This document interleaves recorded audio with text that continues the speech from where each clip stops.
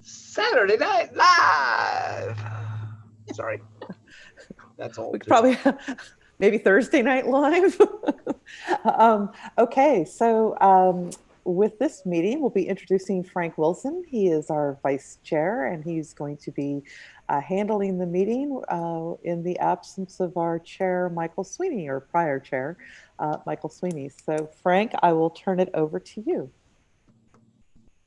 Okay, let's call this meeting to order of January 14th, 2021 of HWMA. Tyler, would you please do a roll call? Here. Here. Here. Okay. Here.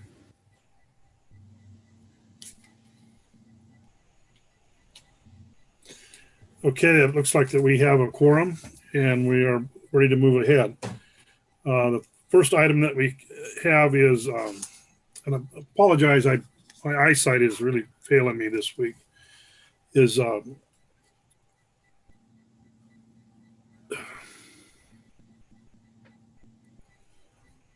the consent calendar.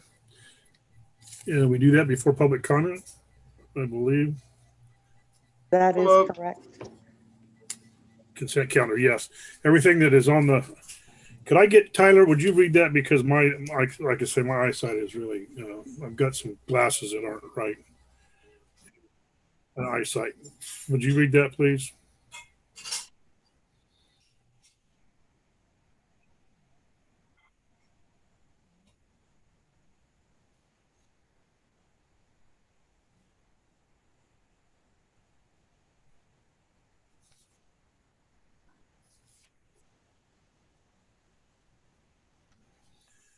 Does anyone on the board wish to pull an item from the consent calendar?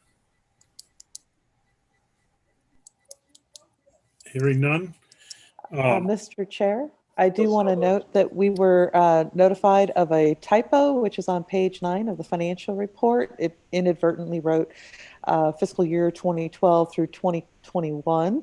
I'll just say I think that we're all in a hurry to get the year 2020 off of any writings, but that change has been noted, and you shouldn't be seeing it any further. So we will make sure that the record reflects the change that did come into our attention.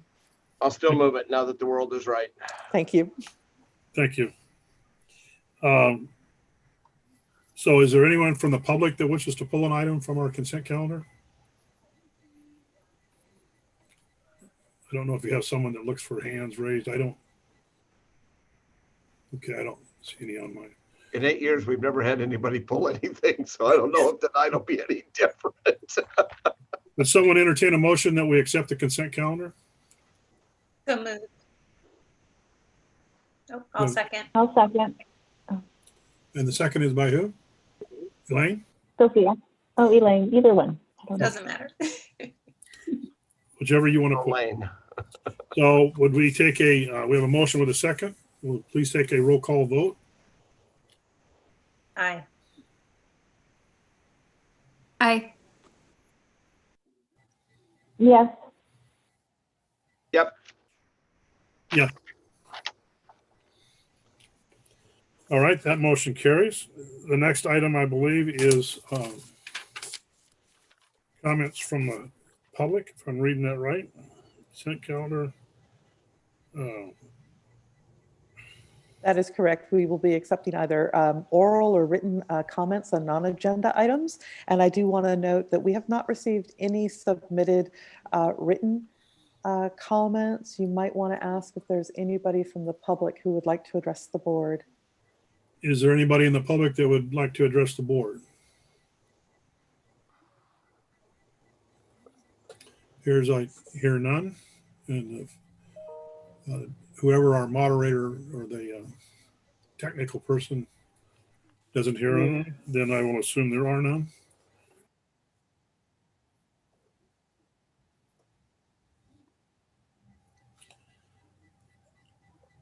Okay, the next item is item 5. and this is a presentation from Zero Waste Humboldt, and we do have Maggie Gaynor. She'll be providing the presentation to the board, and We're she skipping is 4. available. Oh, We're 4? gonna skip Or 4. I just said, well, Oh, shoot. Yeah, we need a chair, huh? My apologies, Frank. we're going to receive and approve capital improvements plan administrators. That was last month. Roll one more page and you'll have it. That is the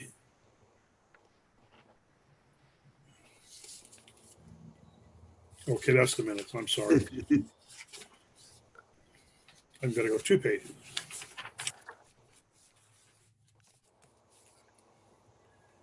And this is not the part with the truck shed, is it?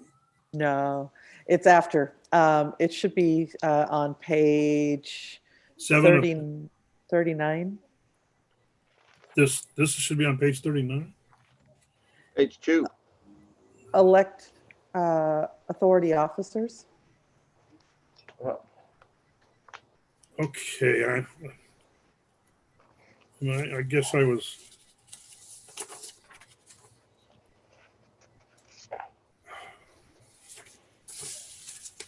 I'm seeing, I guess, the old minutes. So we're on page what? 30? 39? 39. Can I just make a motion, Jill? Might want to wait for Frank to catch up. He's our chair. I got it. I was my mistake. Page 39. This is to elect authority officers, which is to elect a chair and a vice chair for the year 21, 22, I guess. This is just going to take the board through the fiscal year of June 30th, 2021. You'll recall that we had the conversation last year in June, and the board decided to go ahead and have Michael serve half the year. And so we're just looking to complete that fiscal year, and then it'll come back to the board in June so that they will go for that full year after that. Okay, I recall us we did something a little different because he was leaving. So Correct. Yeah, that is correct. okay, so this only takes us to the end of June 2021. That's correct. Okay.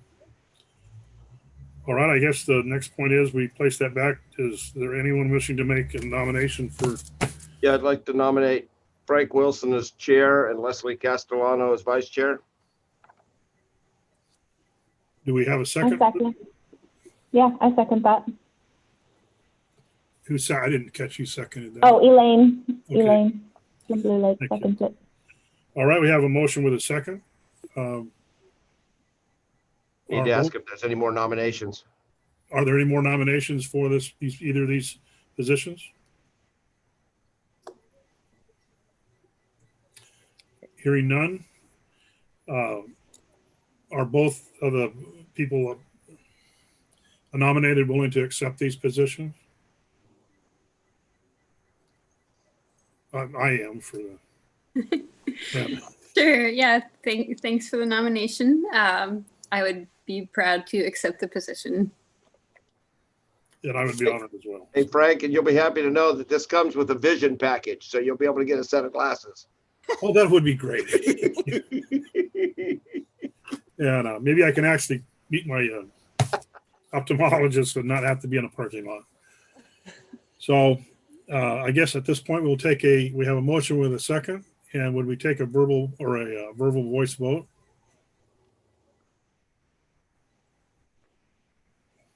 Aye. Aye. Aye. Hey, Yes.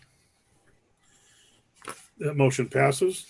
So we have our elected positions for at least till the end of the fiscal year 2021. Next item isn't that accepting of capital improvement? No, that was last November's agenda. I'm sorry, Jill. That was last November's agenda item. throw that away, Frank, and go to the next page.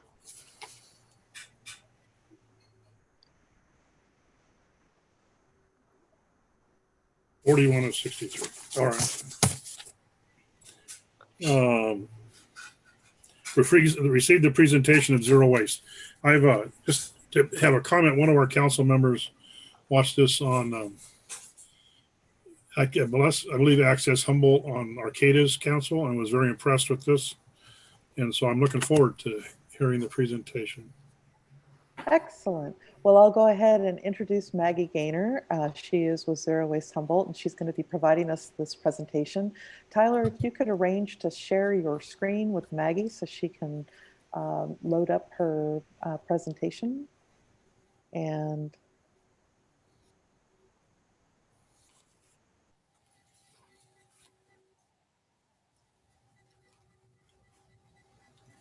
I see that she's got her microphone on, but I'm not hearing or seeing her yet. Yeah, Okay, excellent. Good. let me go back one step here.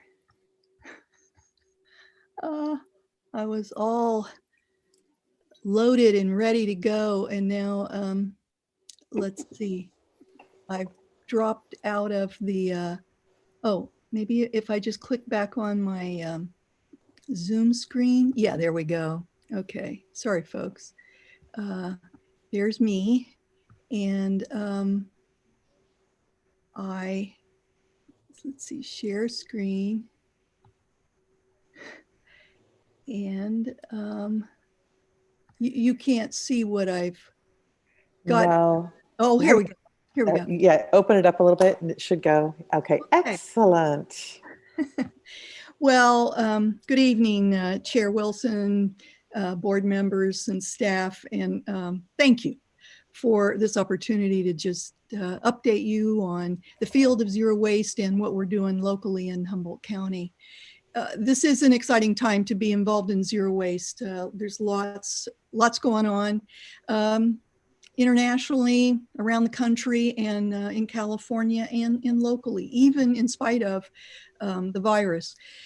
About every 15, and I'm just old enough that I see patterns, about every 15 to 20 years, there's a lot of legislative activity, and driven by new environmental concerns that are then pressured to the California legislature, and they pass new laws. So, for example, CRV program was created in 1987, and AB 939 began implementation in 1990, and that's sort of where all the recycling rules and everything have really been generated.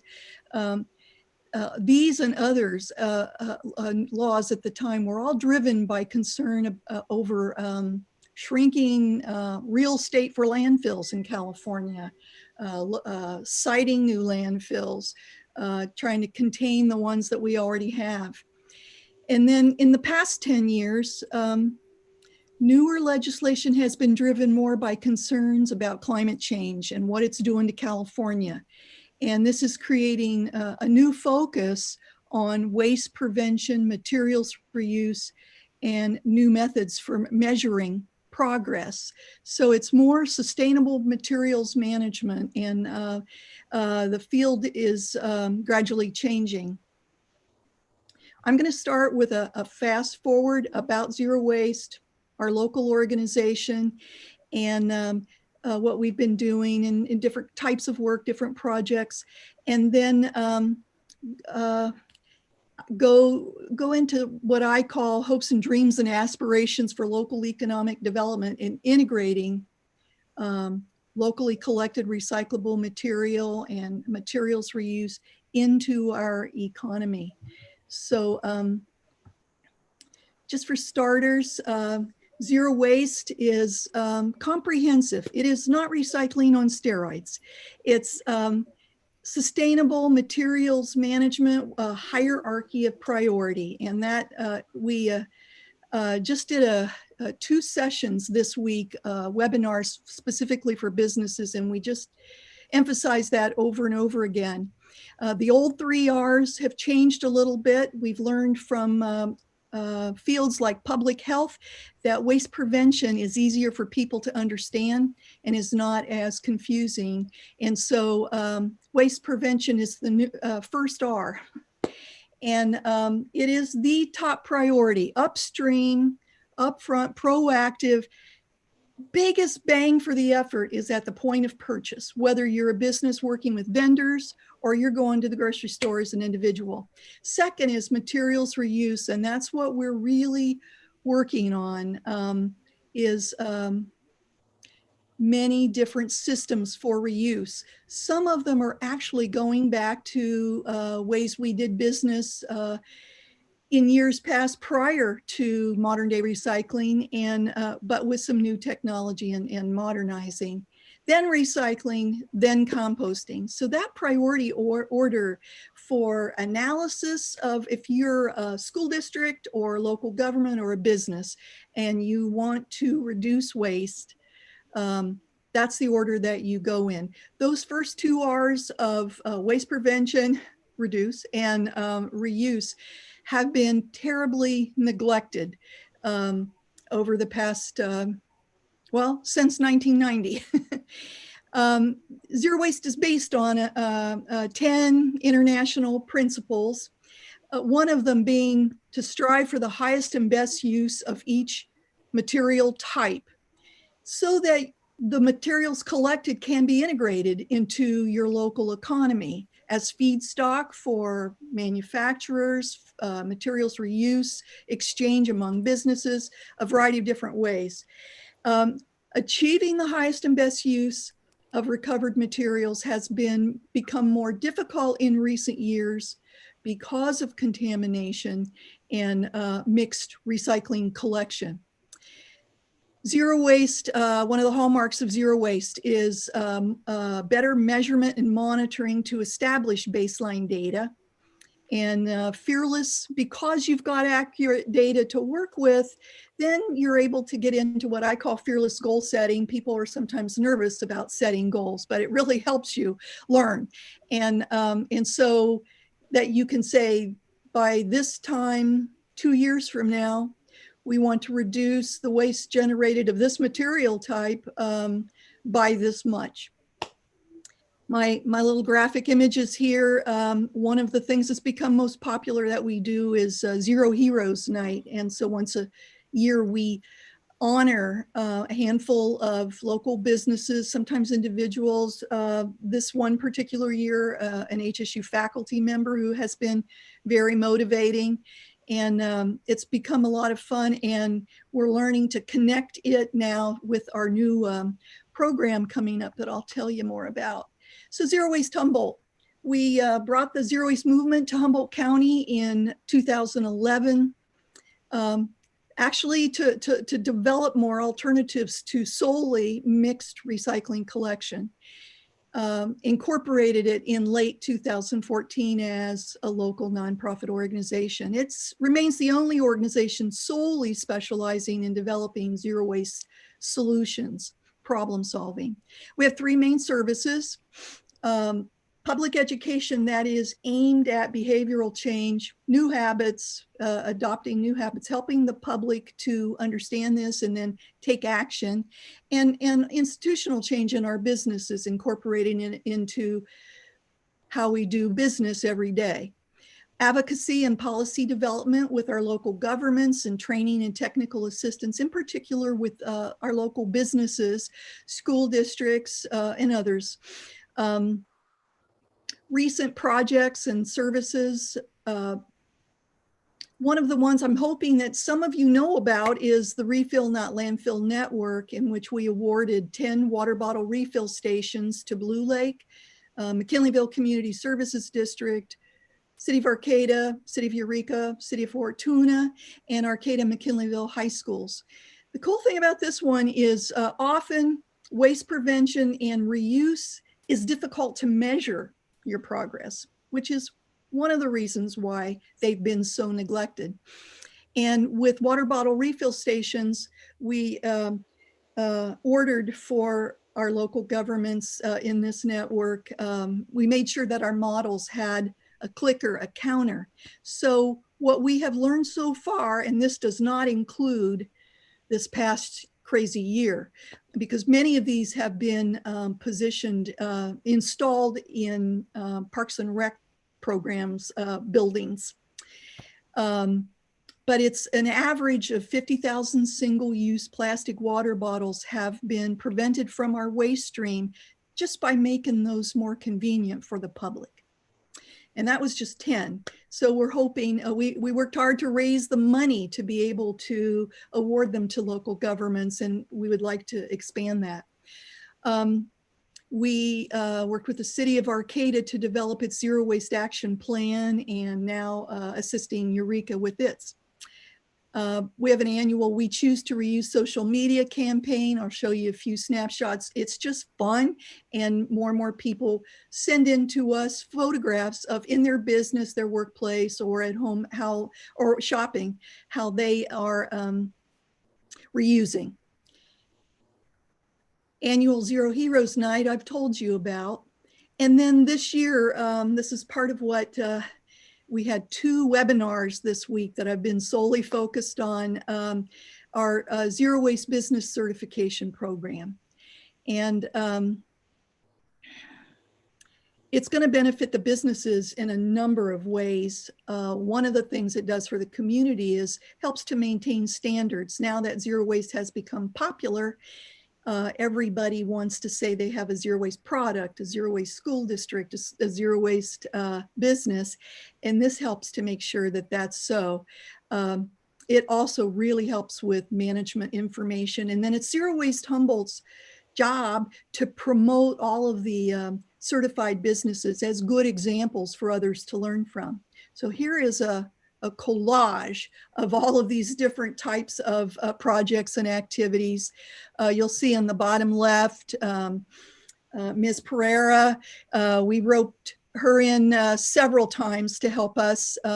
She's working at the in this example at the North Country Fair, which has become a model, just an extraordinary example of what you can do. They had huge dumpsters and were just throwing way too much away or having way too much to recycle even. And with our work over a period of 3 years with their vendors and everything, and in the public, dramatic reduction in how much that 2-day event on the Arcata Plaza, how much waste it generates. You can see some examples here of the We Choose to Reuse social media type thing that we do. The zebras are a youth program. These are large zebras that are all primed and ready for parades for youth groups. And then we had the virus. And so we'll hope to put them into action soon. What we've worked with a couple of environmental educators who've done a great job of developing a packet full of activities for, it was originally intended for after school programs and scouts and youth groups like that. They were all excited about it. And then now we're getting them out to the schools to get out to parents who are stuck at home with their kids. And our whole purpose was for these activities to be fun and convey a sense of waste prevention, reducing waste. None of them are recycling activities. On the bottom corner, on the right side, this is one of my favorites because it's 3 generations of one family that decided to all get active in helping us in outdoor events. So, and you can see all these bags. I'm sure some of you remember a few years back, we worked really hard with other zero waste organizations around the state to get that state law passed for single-use plastic bags. The one on the top left is that thin flyaway film plastic that is so problematic for wildlife and the environment. And I don't know about you guys, but there's a few of us that for years have done a count as we go between Arcata and Eureka just on 101, and there are far fewer.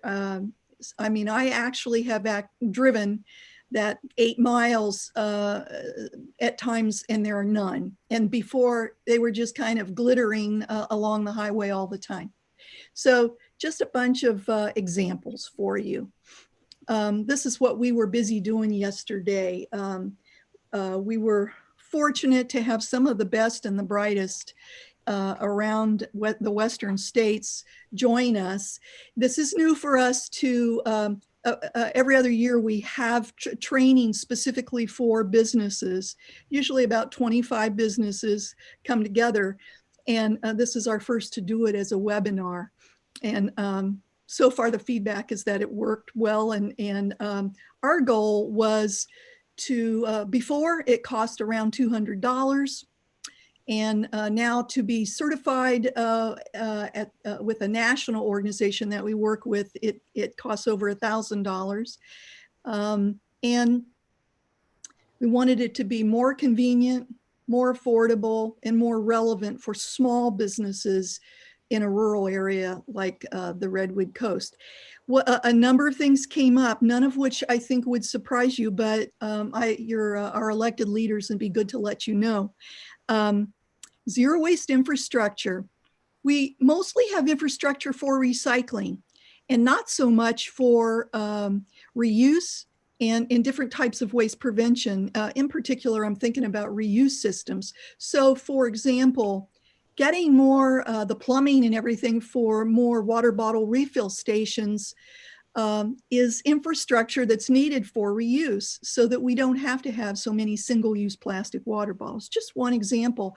There are more and more. The last time I checked into how many apps there were to help local governments, universities, a variety of different entities with food waste reduction, especially edible food waste, so that if you've got a big banquet or you've got food left over that is clean and edible, that you can get it to people who need it.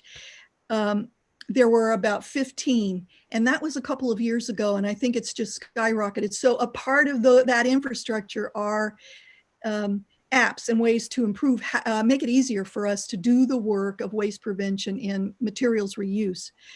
Composting, none of you will be surprised by that. Maggie? Yes. On the refill stations, isn't it a little more convenient if maybe you just target wherever there was a water faucet?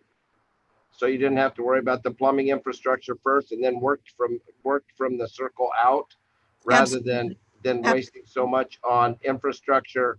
But you still have places where there are people already migrating to a fountain and already have that inbred knee-jerk reaction to go to that because they know they can get water, and putting them there on a much more faster basis. Because I can think about 3 or 4 places that still have water fountains.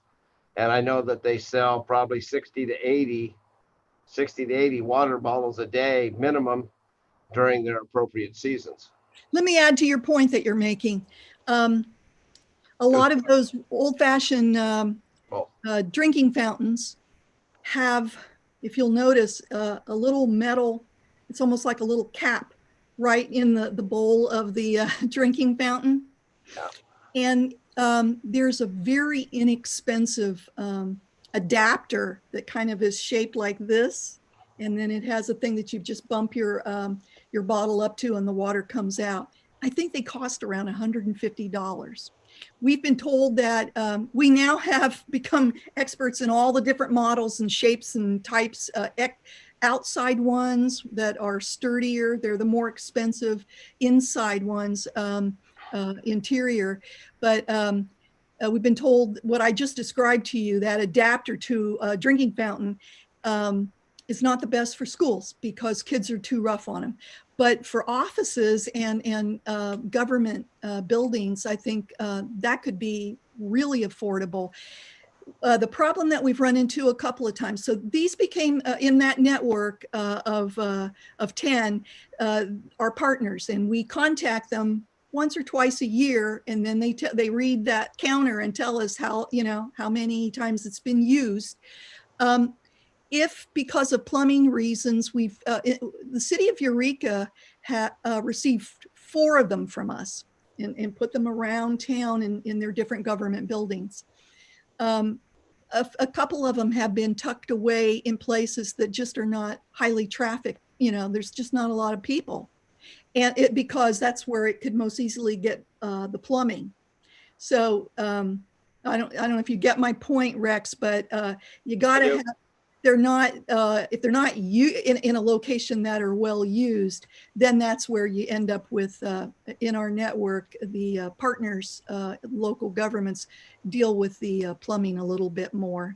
So let me think of, and then one of the other areas that I will only touch on, we talked quite a bit about yesterday with the businesses, is zero waste in the time of COVID-19. And there's some real specific things about that. In fact, this might be jumping to it. The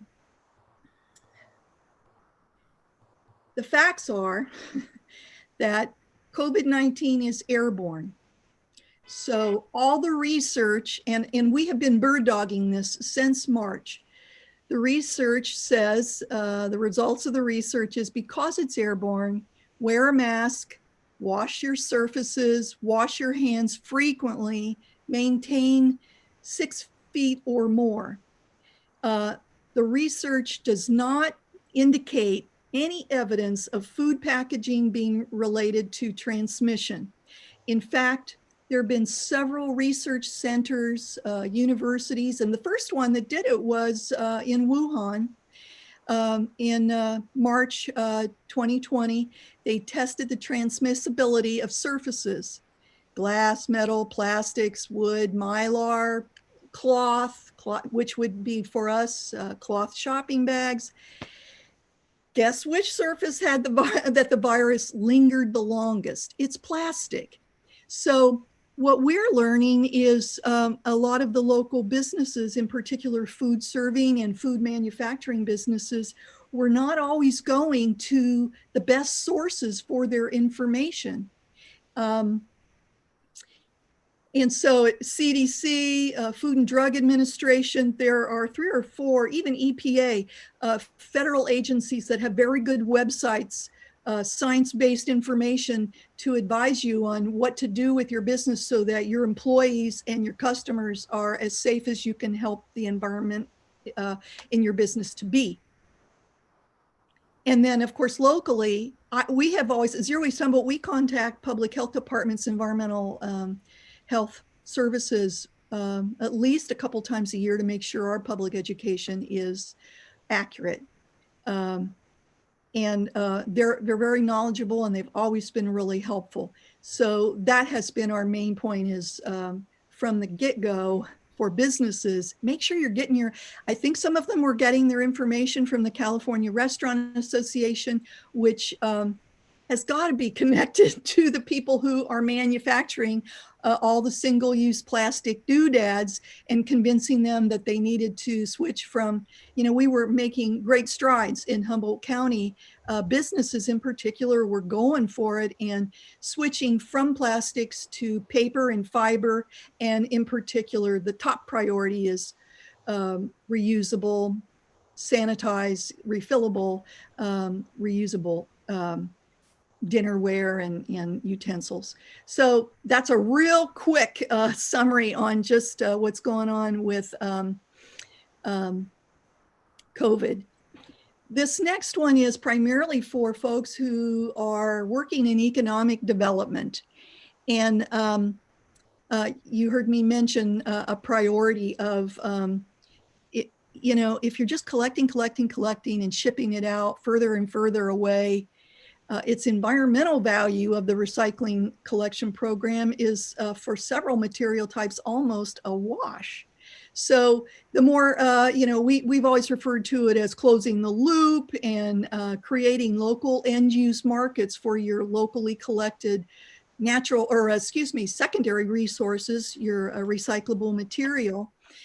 More often today, you'll hear it referred to as the circular economy. So folks will often leap to number 4. Well, let's start up a new business venture. We all know how difficult it is to start up new business ventures in Humboldt County. People do it every day. They're entrepreneurial, they're resourceful. I honor that, and have worked in economic development for a long time. An easier path is, business retention is sort of the new industry attraction, just holding on to the businesses that you have and helping them connect their materials. So I won't go into more detail here. I'll show you just a few examples of what I'm talking about. And I'm hoping that if you have any interest in this in particular, we'll be working more closely with the Prosperity Network of Economic Development folks in the coming months. Our belief is that this could be taken very seriously as an integral part of our local regional economic renewal recovery from the pandemic. Maggie, Yeah. to the chair. You want me to go back? No, I know I've got a question. Mhm. I mean, where that all sounds good and everything else, but we as a county can't even pick up our cans and plastic bottles. I mean, we can't even reset. Well, I guess we can reset, but I mean, we can't even fulfill our obligation for that. But expect, do you find that a problem going out of the realm on this? I'm not sure I understand, Rex. I mean, my neighbor has 14 bags of recyclables. He asks me every day where he can take them, and I tell him Crescent City every day. Oh, wow. He wants. We can't even. We have to send things out of county to be. So are you referring to the difficulties with drop-off, the CRV drop-off center? CRV drop off, payback, whatever the case may be. There's an overlying sense with an entrepreneurial spirit. I just wondered with that pushback. I mean, we can't even organize that. How are we going to organize? Yeah, let me go out of Redwood Acres. You'll see I think if I go a little bit further, you'll see the difference between what my examples are and what you're talking about. It is serious. I understand what you're saying. And again, what we're offering is, I'll be honest with you.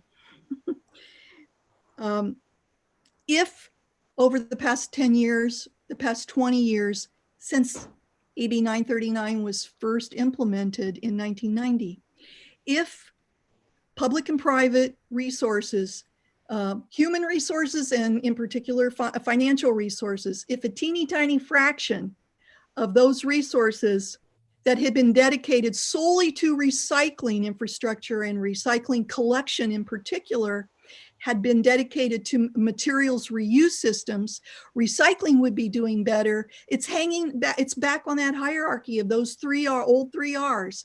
And so the overemphasis on recycling has caused problems, and the overemphasis on landfills.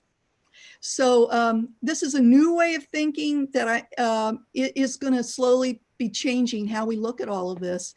So this is just one example. The amount of energy and resources that go into all of these different material types of this, I think this is about a 4-year-old business. They've recently given themselves a new name, the Reschool, because they not only sell salvaged building materials, they also coach and train and help folks see how to use these resources. So they not only sell what you see here, but in the middle is a coffee table that one of them designed and made from secondary resources. So it's a local salvage company, and we need more of those. This is not reuse, this is recycling. So local Eureka artist is a manufacturer, a small scale of, her source are all of the pill bottles from pharmacies. That one particular, I mean, it's really smart. It's one particular type of plastic. And she makes jewelry and buttons and has a few products. So this is value added. which is really what you want for everything that gets, before it gets shipped out of Humboldt County as a low value recyclable material. See what you can do with it locally in your own region. Recycling programs were never originally intended for the materials to be shipped far away, especially not intended to be shipped to China or Malaysia or Southeast Asia. And so the more that we can apply them to our own local economy, the better they are for the environment and our local economy. So just a few more. This one is more reuse. Again, Beth Cabot's business, she started it in 1987 because she was noticing dumpsters full of clean fiber fill from a local sleeping bag manufacturer, and began making pillows with her design. The materials, I mean, she's just a great example of a small business working with the byproducts of larger businesses. So even the canvas, the white material that she works with to make her products are from other larger businesses. This is a project that we were just about to start with as a pilot and have held until we can really go with it. But probably all of you know how badly Amazon Prime and those types of businesses are affecting all of our small businesses. And then on top of it, they're shipping goods in overpackaged in box inside a box and with lots of plastics. So this is would not be to create a warehouse with a bunch of these materials for reuse. It would be online information exchange where businesses could post, every month I get a shipment of 20 of boxes of this type, come and get them. And so we're hoping to develop that further. Now, this is more into the arena of, in years past, I would say 25 years ago, we did research on this, and it almost penciled out. This is molded fiber containers, just molded products and packaging of different types. So what we're trying to get away from is getting your blueberries in the clear plastic, but instead, here's a variety of different kinds of examples. One is literally a little miniature corrugated cardboard box as a carton for berries and other fragile fruit. And then the white one that is just, it's bleached. And our favorite one is the one on the left. These kinds of things are made out of, one of the main pieces of equipment that you need is a hydropulper. It's just like a giant washing machine. And it's just, you put your waste paper in, you turn it into a slurry. It's dried and molded into whatever you want. In years past, that was how again, I'm so old that was how I always did my shopping when I went to, it was always, my berries came in little purple or blue dyed cartons, egg cartons. We started to go to styrofoam and plastics, and now we're seeing more and more that actually in that particular food product, the paper molded cartons are, I think, a little better for protecting the eggs. The thing on the far left came out of a shoe that I just bought. Again, it's just a molded product out of waste paper. So in years past, a lot of these different kinds of things, there was kind of like, there was only one main size for paper mills, for molded fiber equipment. It's not so much that case anymore. And it makes me hopeful. You can now get them so that they can be sized appropriately for your rural area or for a smaller type producer. One more example. This one's exciting. We started researching this, and I will take one step back.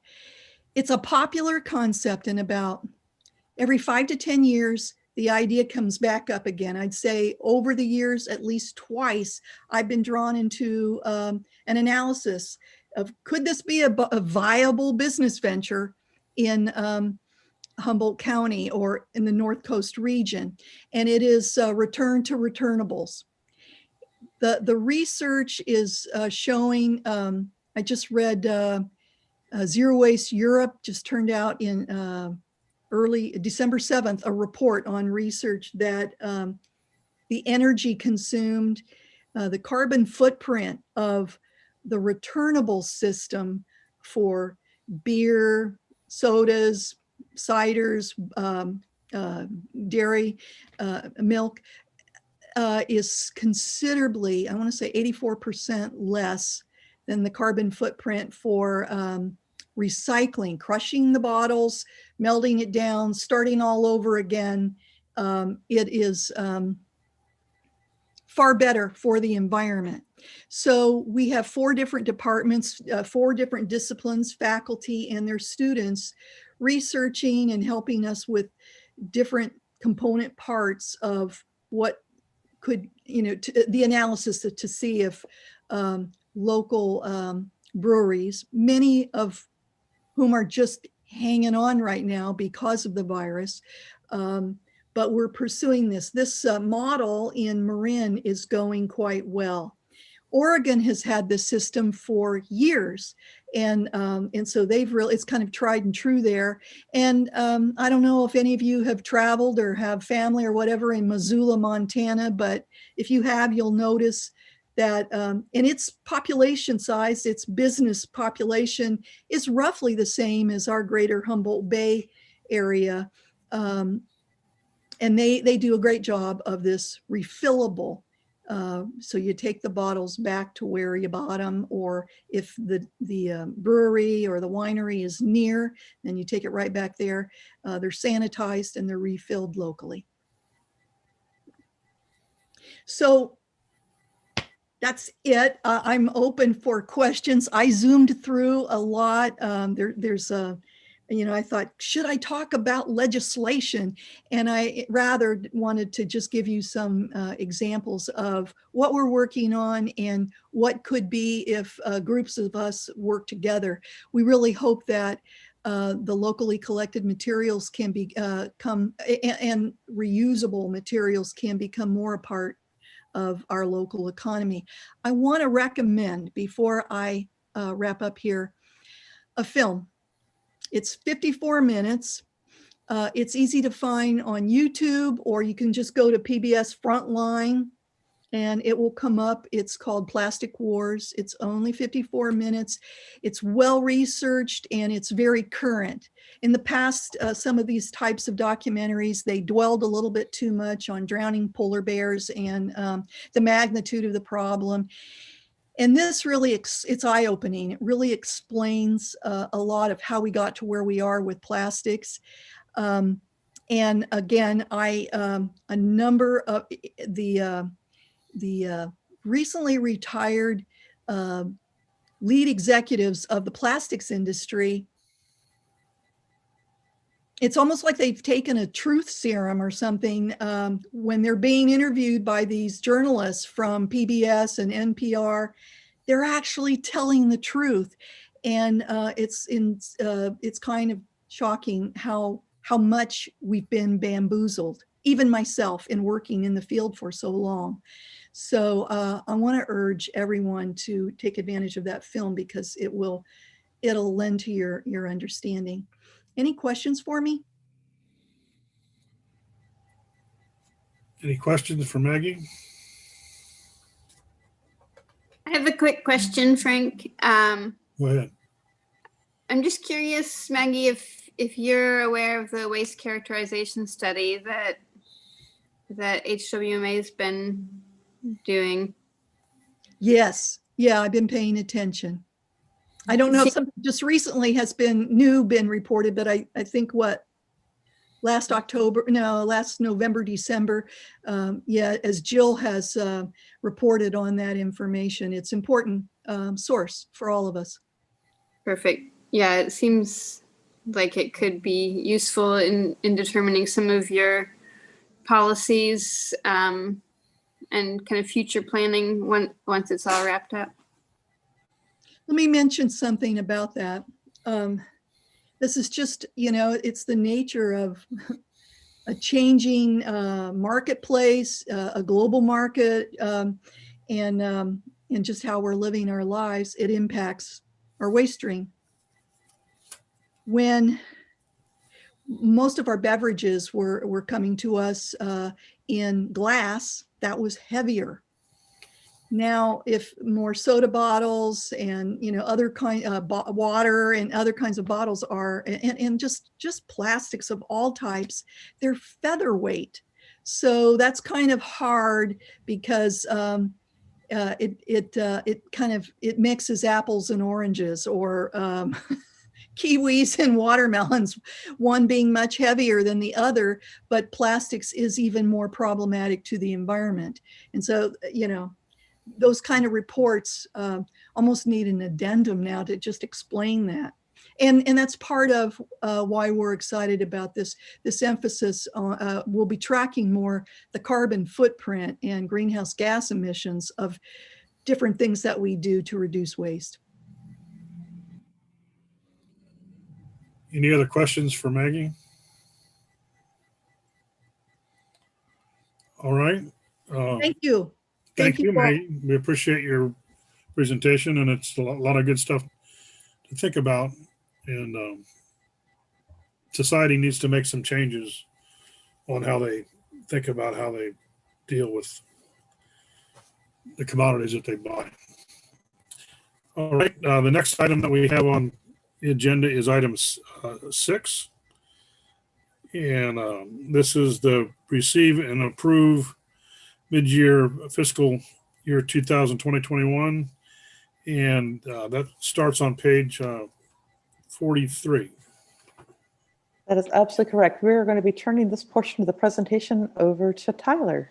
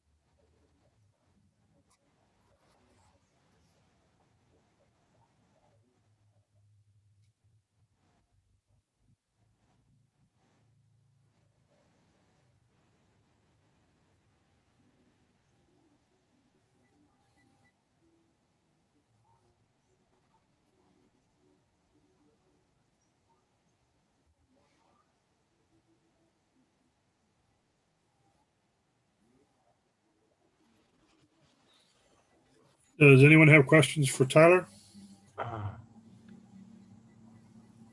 Yeah, Frank, Go ahead. sure.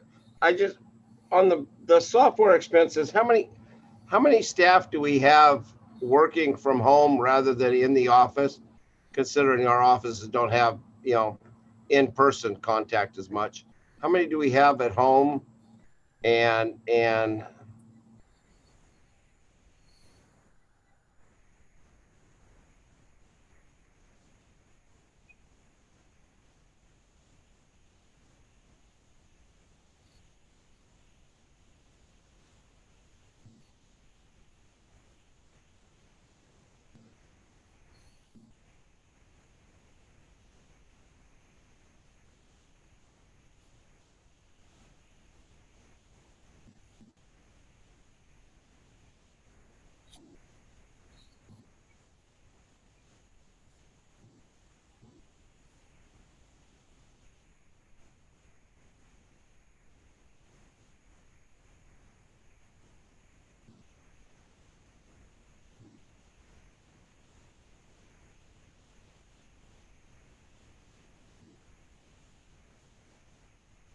all right, that's fine. That's fine because it was coming out about $2,500 a person, and that just seemed.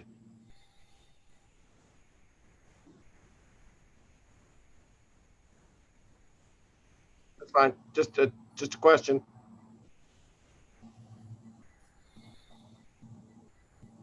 Yeah. Any more questions, Rex? No, I'm good. Anyone else have questions for Tyler?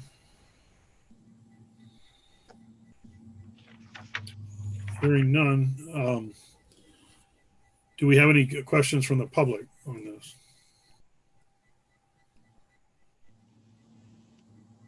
I'm not sure where we look to see. There's a hand raised, Jill. Yeah. So we have So none? we're just looking for the board to move the staff recommendations to No. accept. No. Okay. You need a Go motion ahead. for that? Yes. Would someone entertain that motion? Accept the presentation. Move to accept presentation. The presentation or the request to transfer funds. Well, You could move Makes it staff's sound like it's a recommendations. non-action item, but if we're moving funds, it's an action item, right? It is an action item, that is correct. It's to approve the submitted list of budget transfers and adjustments in the amount of $42,000. I move staff's recommendation. Thank you. You have a second?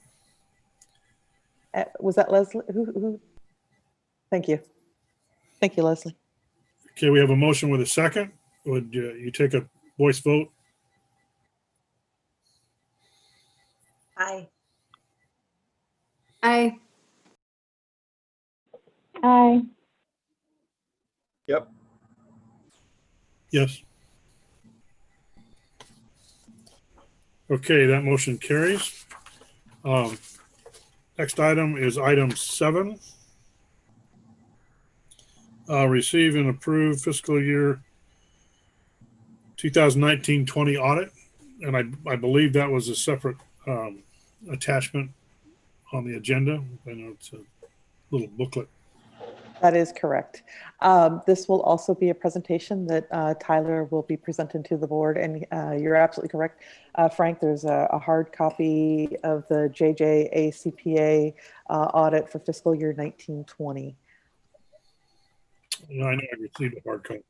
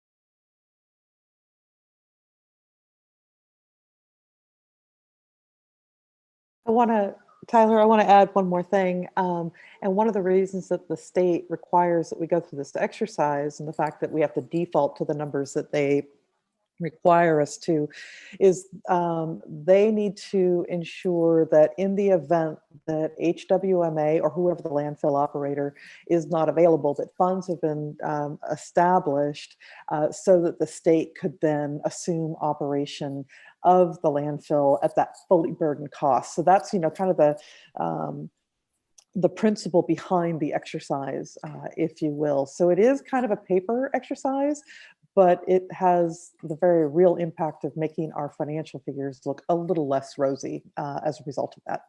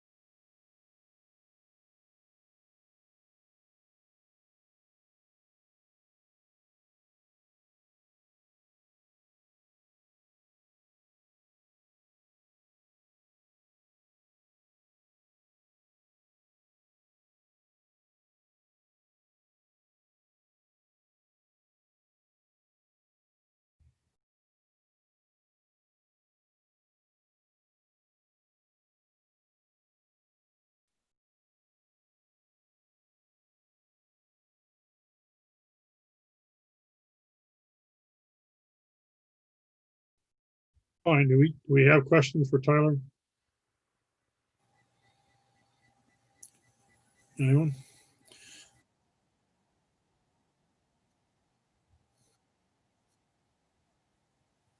I did have a couple of questions. I don't know if they're directly on it. One of those questions is, who did HWMA take the landfill over from? Didn't we pay $1 for it and then we assumed it? Yeah, we purchased it from Eureka City Garbage Company, and they are today known as Recology. So they sold it to HWMA, which became a JPA, and has taken care of that. And actually, so the benefactor was the Ecology or the Humboldt, whatever it was, Eureka Garbage Company. I would actually call the benefactors the residents of the city of Eureka, because they were the primary residents who disposed of their material. The last 20 years of the landfill, the county of Humboldt and the city of Arcata directed their materials there. Most of the material down in southern Humboldt went to Table Bluff and the old Eel River. It was a former burn site there. But in essence, the residents of Eureka would be the ones obligated to bear the burden of the sole 30 years post-closure responsibility. And then with the formation of HWMA and the joint agreement that all of the cities and jurisdictions would be responsible for the long-term maintenance and monitoring for the site.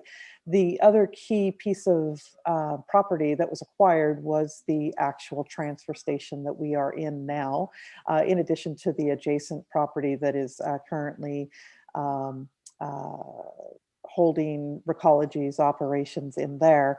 The transfer station was insufficient size to handle all of the material that was generated by HWMA's member agencies, so that there was that expansion. So that was the upgrade that Tyler was referencing for that first purchase of the bond. And then of course, we had outsourced through a contractor, WSG, which we later bought them out of that contract and brought in all the operations in-house. But the landfill at that time was originally owned, even older than that. It went back to, oh, I'm suddenly blanking. That's so funny. begins with an S. Rex will remember who they Strombeck. were. Strombeck, thank you. Strombeck. Stig. That was originally a small privately owned landfill, and it Back has from gone the on from there. 50s. Back in the 30s, actually. Well, yeah, but I mean, Yeah. SIG was, I think, yeah. Yeah. I rode my motorcycle up there as a child, so that would have been in a long time ago. Don't date yourself. I'm an So old man. I don't know if that helps you. That helps me a lot. Where does who came responsible for Table Bluff? Aren't we responsible for that as well? County. We collect a fee on behalf of the county, but it's the county of Humboldt that's responsible for the ongoing maintenance and monitoring of the Table Bluff landfill. Okay. That's the one I remember. Yeah. We were always taking stuff to Table Bluff. So, Me too. all right. And my other question was directed to Tyler. You said that we're going to do away with our debt, but you anticipate long debt coming along in the future. What is? Can I ask what that is?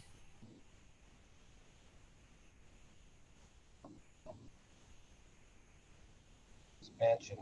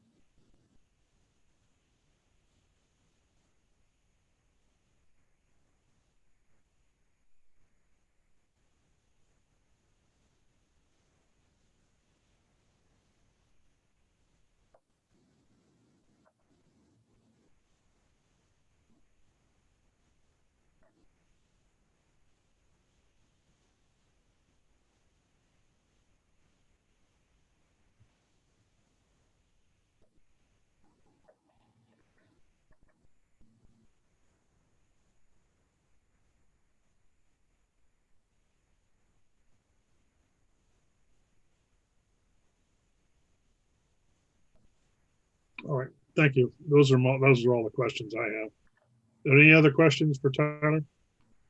Or any questions from the public? I'm hearing none. So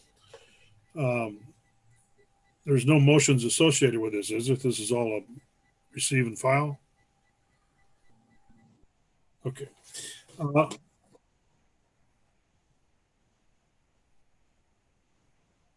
Okay, next item then, as we move on, would be item 8, which is the approve, it's on page 49, and approve select timber harvesting activities on authorities' forest properties. You say it goes back to the executive director? It does. Thank you very much. If you'll give me a moment, Tyler, if you'll allow me to share the screen. And yeah, my screen just shrank down. So hold on one second. Let's try this.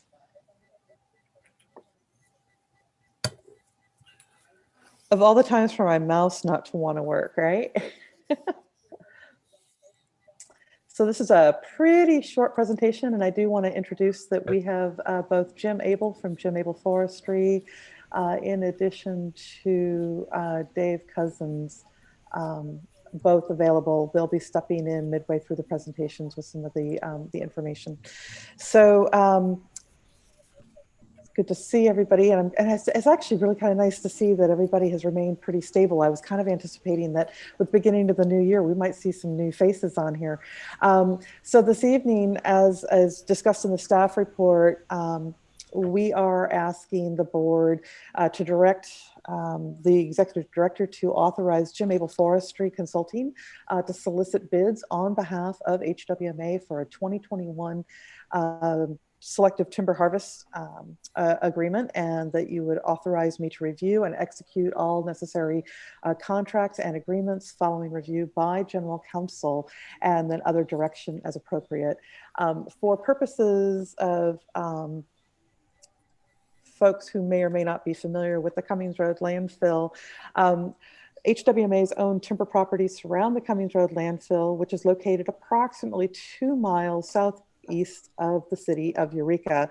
And this virtual demonstration simply illustrates the view from the top of the landfill, and it overlooks the sedimentation pond down there towards the middle of the screen, looking to the west. It's just a little quick orientation for folks. This provides an aerial view of the Cummings Road landfill. It's that more barren area as compared to the surrounding tree lines. And of course, the landfill is situated between its Cummings Road and Pigeon Point Road. The access road is the Cummings Road area. The total parcel of the landfill is about 101 acres, whereas the permitted landfill itself is 33 acres. In 2017, HWMA purchased 413 acres, which was 7 undeveloped forest parcels that surround the landfill. With the exception of these 2 parcels that are illustrated in the light blue, the timber properties are managed through a non-industrial timber management plan, or NTMP. The rights to the timber harvesting within the blue area were conveyed originally to Palco and then to the Humboldt Redwood Company. And the rights to harvest the timber on those parcels will terminate in 2027, and then HWMA will assume the timber ownership of those. And the remainder of the parcels are all managed under an NTMP that HWMA holds. The areas specifically that we're going to be talking about as far as the MTMP, these were all established underneath the California Forestry Practices Act in 1989, which promoted long-term management and planning on forest ownerships of properties less than 2,500 acres. In exchange for landowners managing their forest through an uneven management and long-term sustained yield, the NTMPs allow owners to log selectively within specified limits. The NTMP that is associated with the authority's forest properties was approved in June 20th of 2000. The property has been managed and selectively harvested on 12 occasions over the past 24 years, the most recent one being in 2018. HWMA has secured the services of Jim Abel Forestry Consultants as the registered professional forester of record, and they ensure that we are in compliance with our NTMP, and they maintain a continuity of property maintenance and management practices. Mr. Abel himself has been affiliated with this particular parcel since 1979, and he could speak pretty closely to it. And of course, the previous owners of this property, like the former landfill, was Eureka Garbage Company, and then NorCal Waste Solutions and Recology is who we purchased it from. We were able to do a selective harvest in 2018 for about 200,000 board feet, and it netted approximately $187,000 of revenue for the authority.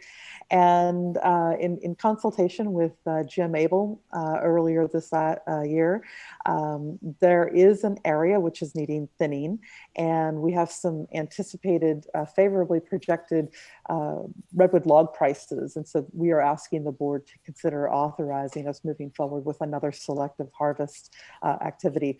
We're proposing that the harvesting will be performed in the areas of zone 1 and 2. And you'll note that these yellow areas are smaller than the actual zone itself. And I'm going to have Jim or David speak to that. But we are looking at log prices this season conservatively estimated at about $900 a million board feet. It's on the higher end of sort of what the average has been. We were able to secure really competitive pricing last time at about $1,200 a million board foot. So with this, I'm going to introduce Jim Abel. I'm hoping he's available to go, or Dave, just turn off your mute button. And there you are. Jim, will you be doing this? Before you move ahead, yes. Could you clarify that back, that you said $900 a million board feet? Isn't that $900 a thousand board feet?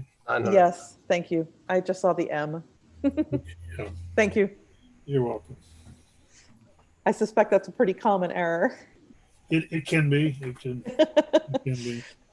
So, It wouldn't be a good idea for for someone to sell a property for. yeah, timber no, for you're, that.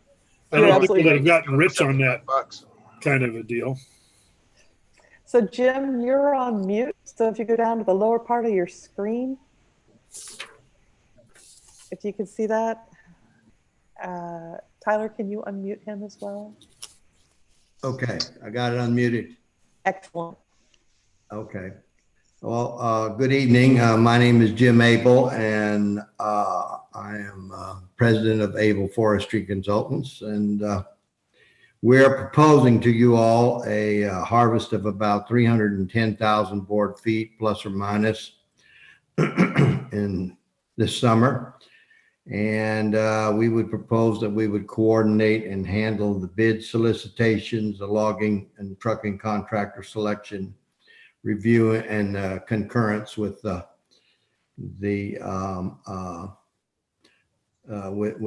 executive director. We'll mark the trees, select the area to be harvested. We have broken the property years ago up into what we call manageable units. We try to keep track of each one of them because if you try to keep track of all of them all at once, you'd just be lost. But so we examine each one of these units periodically, and units 1 and 2 appear to be pretty good candidates for doing some selective logging. Unit 1, we've picked an area there that David and I that could use a selective thinning. We do a kind of a thinning that we call a functional thinning, which is basically based less on spacing, but more on trying to leave the best phenotypes in the stand. And that helps us maintain the growth on these stands, even though we select them, we log them. Unit 2 is 100 acres in size, and we think we'll get about 150,000 feet off of it. And unit 1, we think we'll get 175,000 feet off of that one. The timelines and progression and steps for this project, these projects, generally 300,000 feet is not a very large harvest, and we have a number of clients that like to log selectively, don't want to cut a lot of timber, but they do want to improve their forests, and they're small.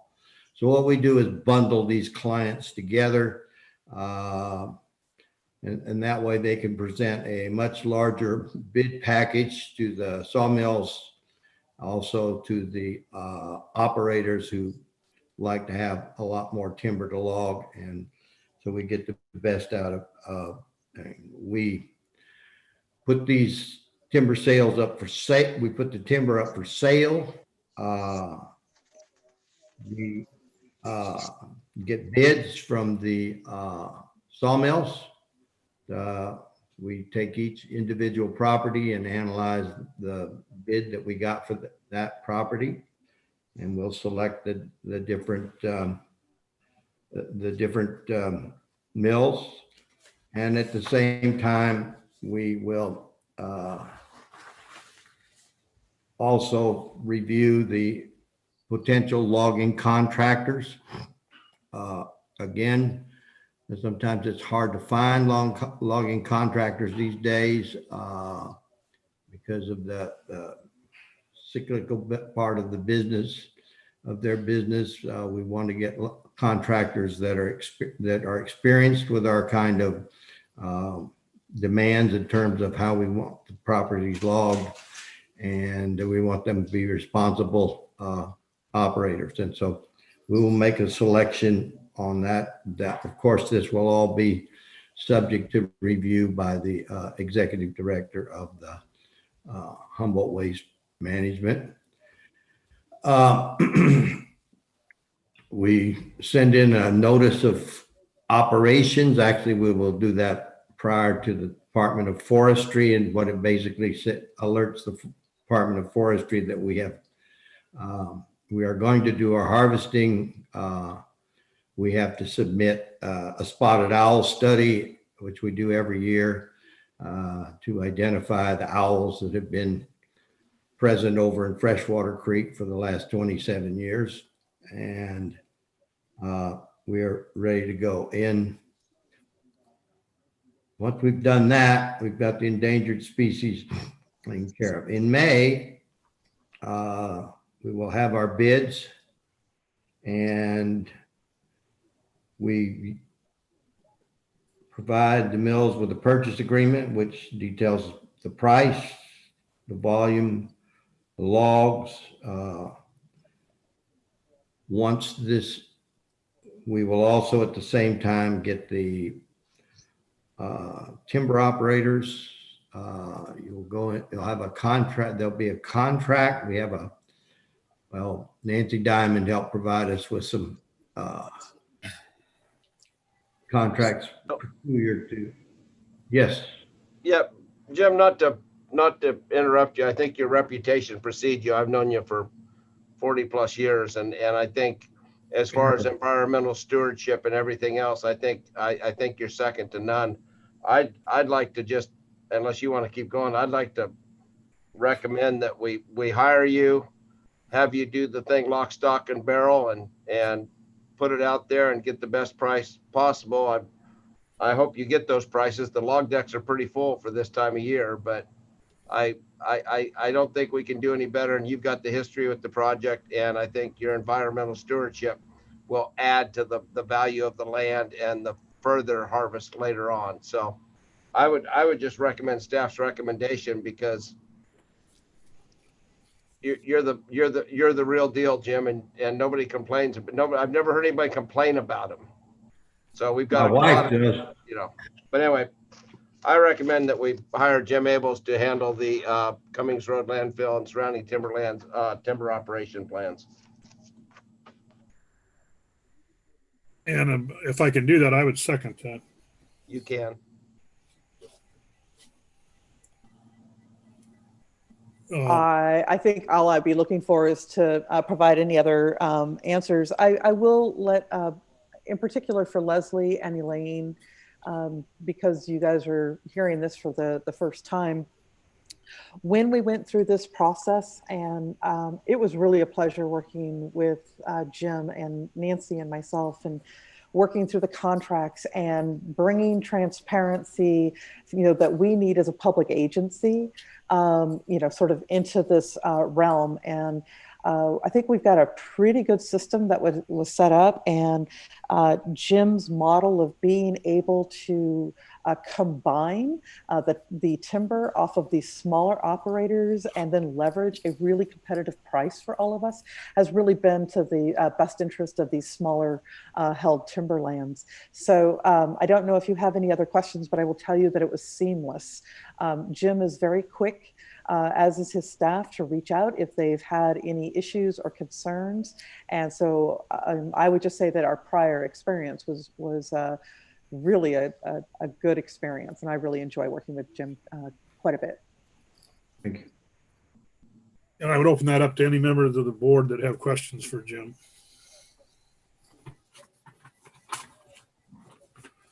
Seeing none, do we have any questions from the public?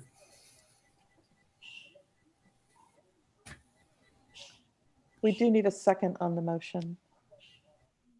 Frank seconded it. Oh, he did. Okay, thank you. Okay, then I guess we have a motion with a second. Would we take a voice vote? Aye. Aye. Aye. You bet. Yes. That motion passes, unanimous. Thanks, Jim. Thank you. Yeah, I believe I lost my one piece of paper here, but I believe we're on item 9. Is that executive report, or is that That's going to be board member report. Board member reports. Any board members have reports? I don't, if you don't know if you go through a roll call on this or.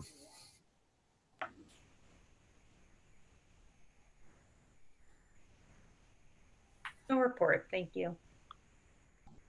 I have a couple of quick things to report. Let's see. I've been hearing from a lot of quite a few citizens concerns around trash, and so I have kind of in and around Eureka. So it's going to be coming up on the agenda in February. I'm not sure if it's going to be the first meeting or the second meeting, but I just thought since it, kind of overlaps with some of our mission here, I would bring it up. Also in February, the city of Eureka is going to be having its strategic visioning session, and that will be every Friday at 1 p.m. in February. So if anyone has anything that you want to bring to the table, there will be public comment at the beginning of that session. I believe on every Friday, there will be public comment taken. And then also just in terms of CRV, I've been continuing to engage with citizens about that. The grocers in particular have been reaching out. I also reached out to the League of California Cities, and I'm in conversation with one of their policy members to talk with them next week about CRV, just to kind of keep it on the table, keep trying to move forward with that. And that's all I have. Thank you. I don't have a report, but I do have a question about future agenda items and specifically wanting to address SB 1383 about organic waste that we're going to have to start planning for. And I'm wondering if we can have a discussion as a board in one of our public meetings about how to do that. I know when we had brought it up a few months ago, Leslie had kind of brought up a point that really resonates with me, that we need sort of like more of a workshop or a brainstorming session where we can really figure out as a community how to move forward. And so I was wanting to start planning for how we're gonna tackle SB 1383. So I'm wondering how to get that on the agenda or how to move forward as a board with that. I'll be addressing this briefly in my ED report as well. Oh, okay, great. Yeah. That's all I have. Yeah, I've got a 7 o'clock in Fortuna I'm really late for. So, but I really think, and I'm sure it's going to be hit on the ED report, but I really think CRV should be on the agenda every meeting till I was down to 7 phone calls today on CRV. So I think it should be on every agenda, where and what have we heard? Because much like Leslie and stuff like that, I've got the Grocers Association has created a little group and everything else, and they are paying approximately $36,000 to $40,000 a year not to take it, and most of them are putting it into a private account for themselves and holding it before they turn it over to Cal Recycle. So, and I also have a report on this one for you. I'm sure we do, but Yeah. I would like to see it on the agenda. I don't think Okay. I think it's much more important that, that they come at the end of the meeting. I think it should be on every, until the problem or issue is solved. And I'm really, send it to me because I'm not going to be around here for the ED report. Thank you. Happy New Year, everyone. Thank you.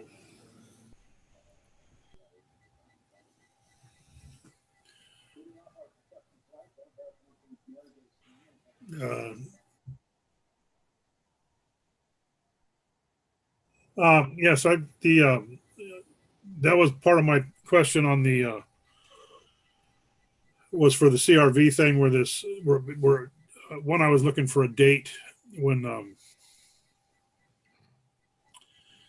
the stores become affected by, they have to start paying the $3,000 a month or whatever it is if they don't comply with the rules to buy back the bottles individually. Because I've had other council members come and ask me about that in council meetings, and I do agree with Director Bone that we have it. We we just keep this on the front burner on the CRV thing because it's affecting our small business people, and our other citizens are all wound up. And I like what Zero Waste said. We have to change our thinking, but in the meantime, there's I know people that are regularly driving to Crescent City to try to sell these. And so that's all I had to report on it. And I also reiterate Mr. Bones' request to have this as a front burner item. Okay. So if you're ready for the ED report, I can go ahead and walk you guys through a number of things. Yes. Okay. So first I want to let you guys know that at the end of November, Cal OSHA had their board met and requires all employers to prepare a written COVID program plan, which was in late November, and it incorporated the details, provisions, practices, and policies that HWMA certainly has developed since last March into a state consistent plan to protect our employees and customers from COVID transmission.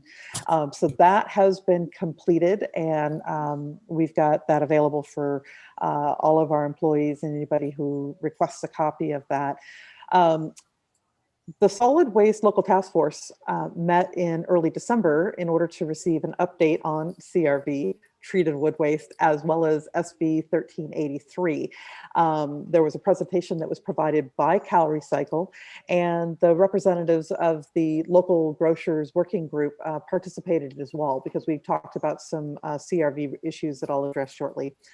So with respect to SB 1383, and this is something that Linda Wise and I have been talking about quite a bit, it is a really expansive piece of legislation that the jurisdictions are required to comply with by January of 2022.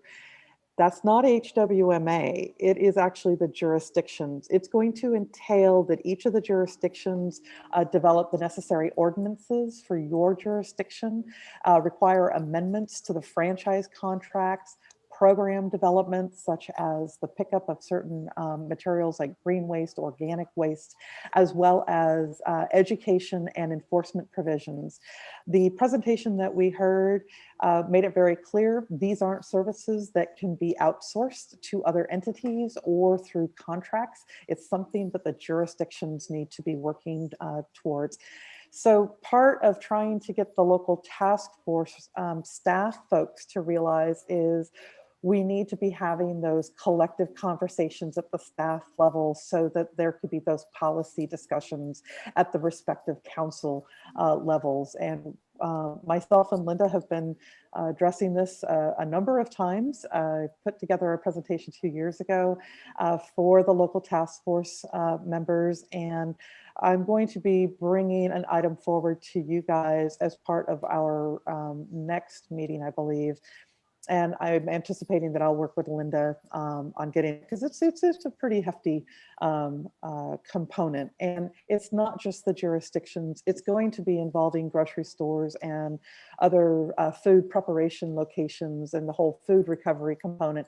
And that's not HWMA's, sort of bailiwick, if you will. So there's going to be a lot of moving parts, as well as the need. And this is part of what Tyler was getting at around, we foresee that there's going to be a need for investment of infrastructure to handle things like organics. So SB 1383 is really big, and we need to have everybody engaged at the staff level, at the policy level, at our board. So, because it's going to affect each of the jurisdictions individually. So the more we can figure out where there could be some coordination, the better. It's just been really hard to get some form of a conversation because it really has to be driven more by the jurisdiction.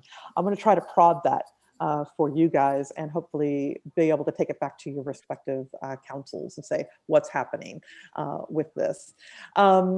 We did coordinate with the Humboldt County Division of Environmental Health for the issuance of a press release informing the public of the state's changes to treated wood waste and the fact that it now has to be handled as hazardous waste effective January 1st.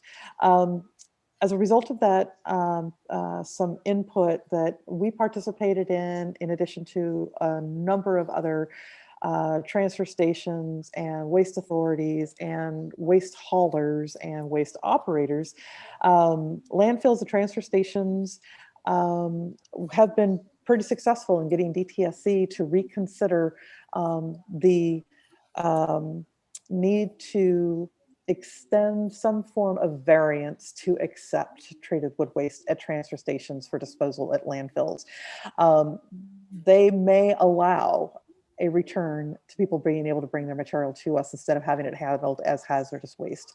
Tentatively, they are anticipating that transfer stations and landfills could apply for a variance beginning mid-February, and they hope to issue variances beginning sometime in March of 2021. So this is kind of like a door is shutting. Well, maybe we'll open it. We're not really sure. So it's a little uncertainty. It makes it a real challenge for, how we're communicating with the public. What we are doing our best when loads are coming in, they receive a load check. If there is treated wood waste, then we are required by state law to return that material to the customer. Fortunately, the customer is able to come over oftentimes to our hazardous waste facility and have it disposed of there if it's meeting the size restrictions as well as the weight. Size restrictions being limitations because it has to fit in a container that we have to this. We have performed our regular free Christmas tree disposal for all of our customers. We prepared a joint press release with Humboldt Sanitation and Recology and HWMA in order to identify all the different locations where people could drop off their Christmas trees or arrange for curbside pickup in certain jurisdictions. So with respect to CRV, I will tell you that while it may not be an agenda item on our board, in large part, it's because there's no action to be taken. But that has not in any way, shape, or form reduced the amount of time that I have been spending on the CRV matter. So first and foremost, there's no response to date from any of our legislative letters seeking emergency action to enable local recycling centers the latitude necessary to accept CRV material by appointment. I, as well as Linda, have been participating with the local grocers working CRV group, and we meet on a weekly basis, and we are collectively working on solutions. They did receive the letter demanding that they either redeem CRV or pay the $100 a day fine. As Rex noted, some of them are setting up accounts, not all of them though. So it's, they're working together as a group, but they're all trying to weigh their own level of risk that they want to take on that. So they have developed now a similar letter to the one that was circulated to our legislative representatives that was prepared by HWMA. And they are also seeking the emergency action from representatives and Cal Recycle. And they are making requests of each city to consider signing on with a similar letter. The Humboldt County Board of Supervisors approved a letter at their meeting on Tuesday. I do not have a copy of the final letter yet. I'm hoping I'll get one from Rex. And HWMA, as well as the local grocers group, as I've informed the board, there's a statewide commission on recycling and marketing, which has been meeting for a couple of months now. And they had the Cal EPA director, Jaron Blumenthal, as well as the new Cal Recycle director present to respond to questions. So through the public question form, we all started submitting tons of questions about the CRV matter, which is affecting Humboldt County, to the point where they said, okay, Humboldt County, we've heard from you. We don't want to hear anymore.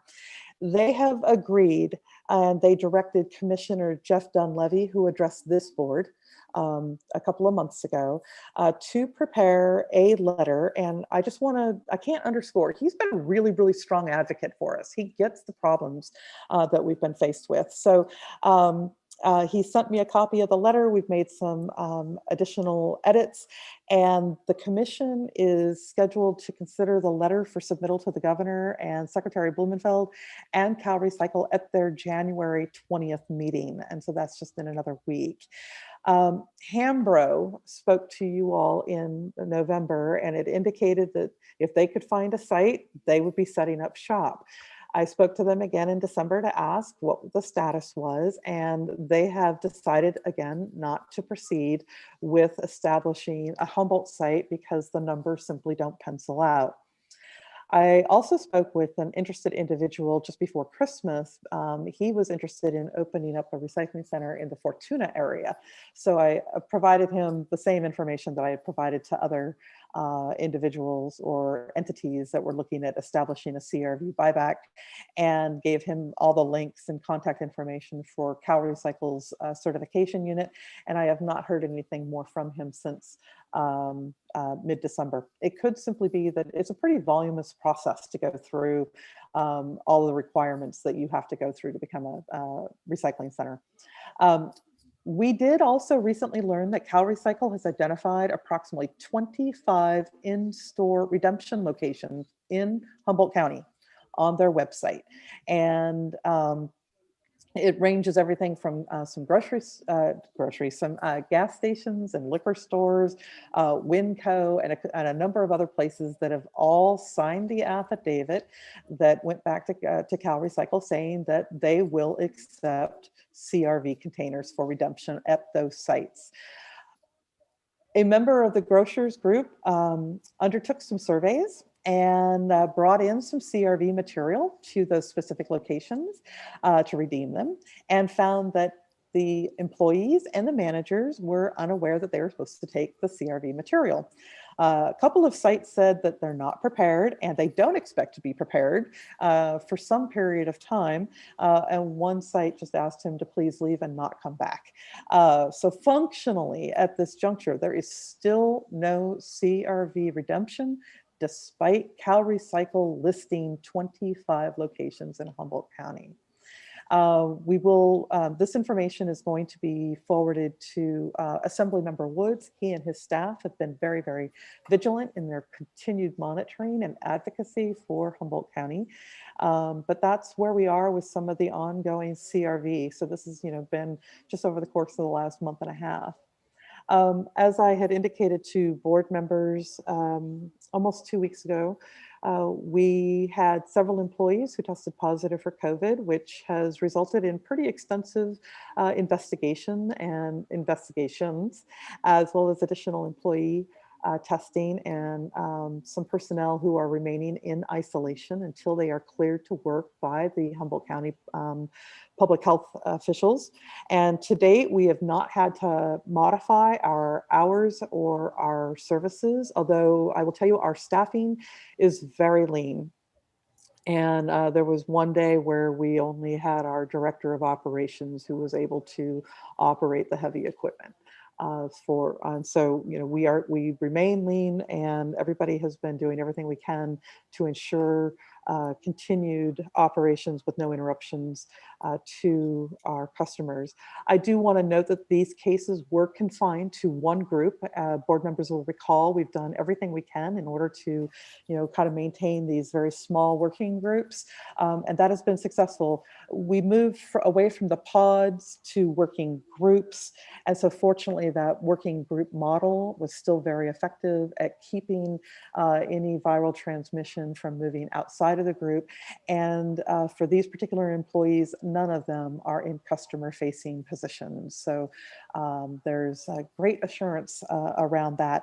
Employee notifications were provided both verbally and in writing, and many of our regular employees not associated with that particular group have taken COVID tests with negative results throughout the organization, which has been very reassuring through that. A couple of notes in terms of personnel retirements.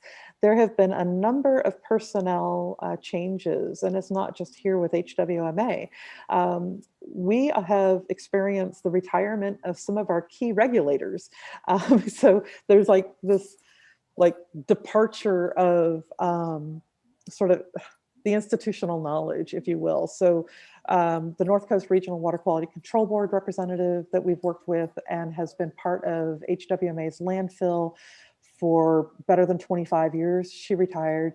We've also had our local air district representative retire. And so we're going to be working with some new regulatory personnel there, as well as the county LEA has had some pretty ongoing shifts in personnel as well. Member agency staff retirement is also changed from the cities of Arcata, Blue Lake, and Eureka. So as we're talking about how we move forward with SB 1383, this has, excuse me, 1383. This has a pretty dramatic impact in terms of some of those working relationships and again, some of that institutional knowledge. We've also been notified that in the world of our contractors, Ron Borges, who has been our point of contact with Bettendorf Trucking, he retired on January 1st. So Michael McLaughlin is now stepping in for him, and he's coming up to speed. Wes and Teresa Green have resumed operation of Mad River Hardwoods for green waste processing. Their son had been operating that, but they're stepping back in now. The board's recruitment subcommittee did meet several times in November and December, which resulted in the release of the executive director's recruitment brochure, my position, as well as the position listings have gone live as of Monday. So the job announcement is available on HWMA's website, as well as at Coffin Associates.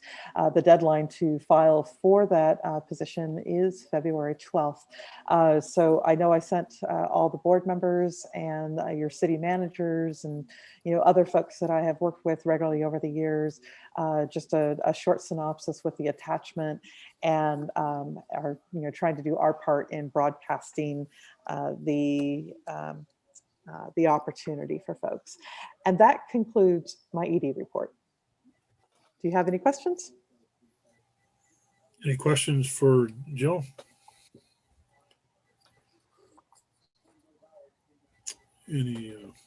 So with that, I do have a question. We're always happy to put a standing item onto the agenda. Is it just to be an update? I mean, I typically don't have a standing item for an unknown action. I don't necessarily want to put things on there, but we can certainly have this one, but I've always just had the CRV component folded into the ED report. I think that's a good place to start. Is that one is that we have an update like you did tonight. Mm-hmm. The ongoing progress of the, as people bring this up from the other agencies or jurisdictions, questions that that can be pursued. And I realize it's not a simple matter. It's one that requires a lot from the state to want to get behind. And I'm hesitant to believe that they really want to make this work for us. It doesn't appear that way. When they want something to work, you see a lot more action where they're not responding to our letters. I don't have an answer. I'm frustrated. It's pretty disheartening, to say the least. And in the course of the meetings with the local grocers group, they've been really absolutely, wonderful, because obviously the closure of all of the recycling centers has landed squarely on their, lap.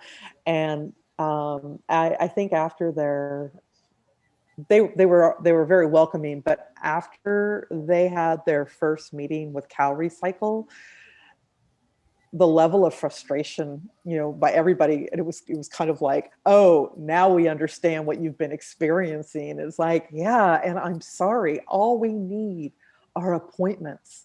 That's all we're asking for. And there's some other things that would make the ability to, like, being able to accept greater levels of materials, to pre-2014, those things would be great. But if we could just do appointments, we could make this work. And, we're going to have to continue subsidizing until the market rebounds. And so there will be a policy question for this board in terms of how long or how far is the board comfortable subsidizing the operations to provide this money back, because essentially we're, collecting, you know, a dime and then giving somebody back a nickel. I mean, is that, you know, but that's a bigger conversation that the board could be, you know, having.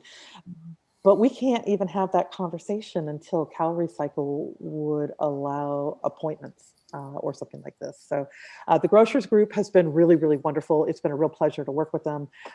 Everybody's trying to figure out, you know, different, you know, strategies to figure out how to make something work.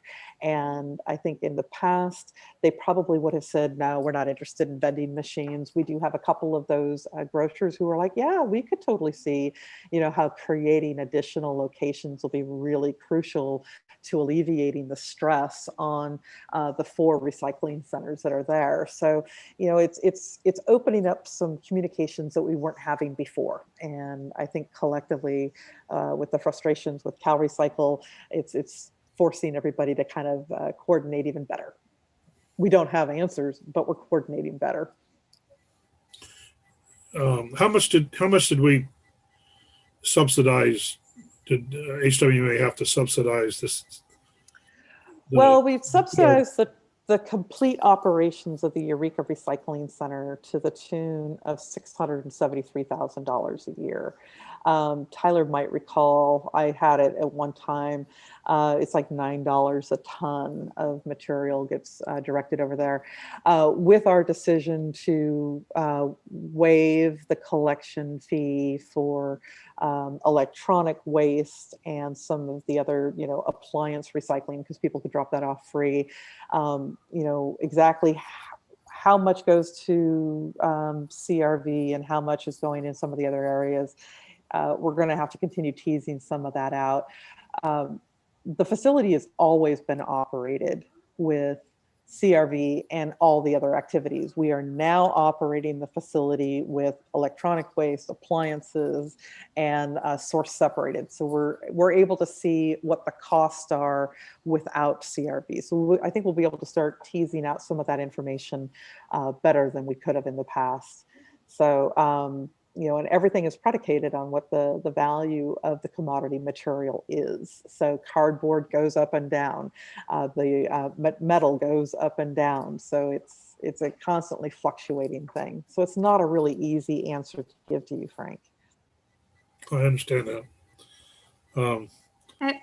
Well, I appreciate it that you bring it in our in your ED report. So was somebody else wanting to ask a question? Yeah, sorry.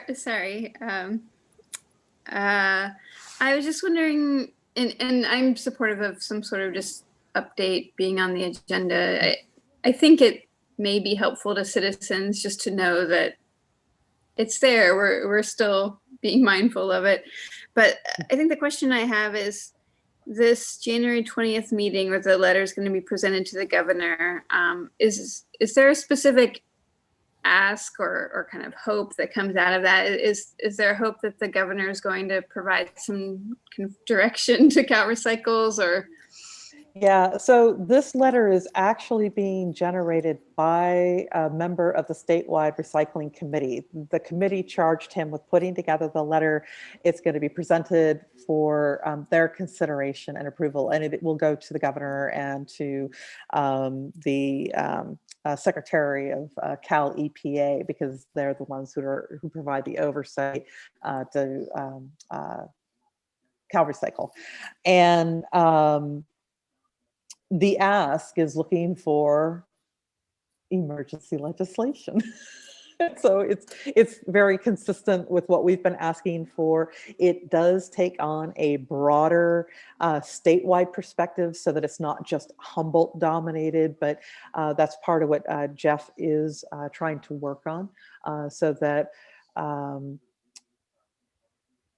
there has been some legislation which has been introduced to the legislature.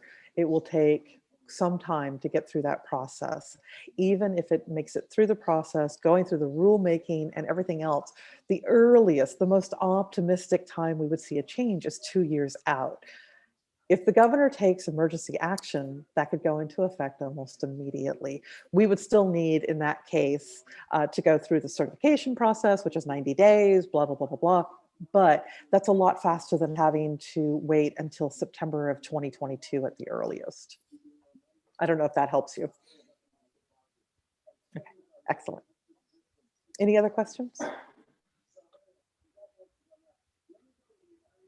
All right, seeing none, I guess that moves us down to adjournment.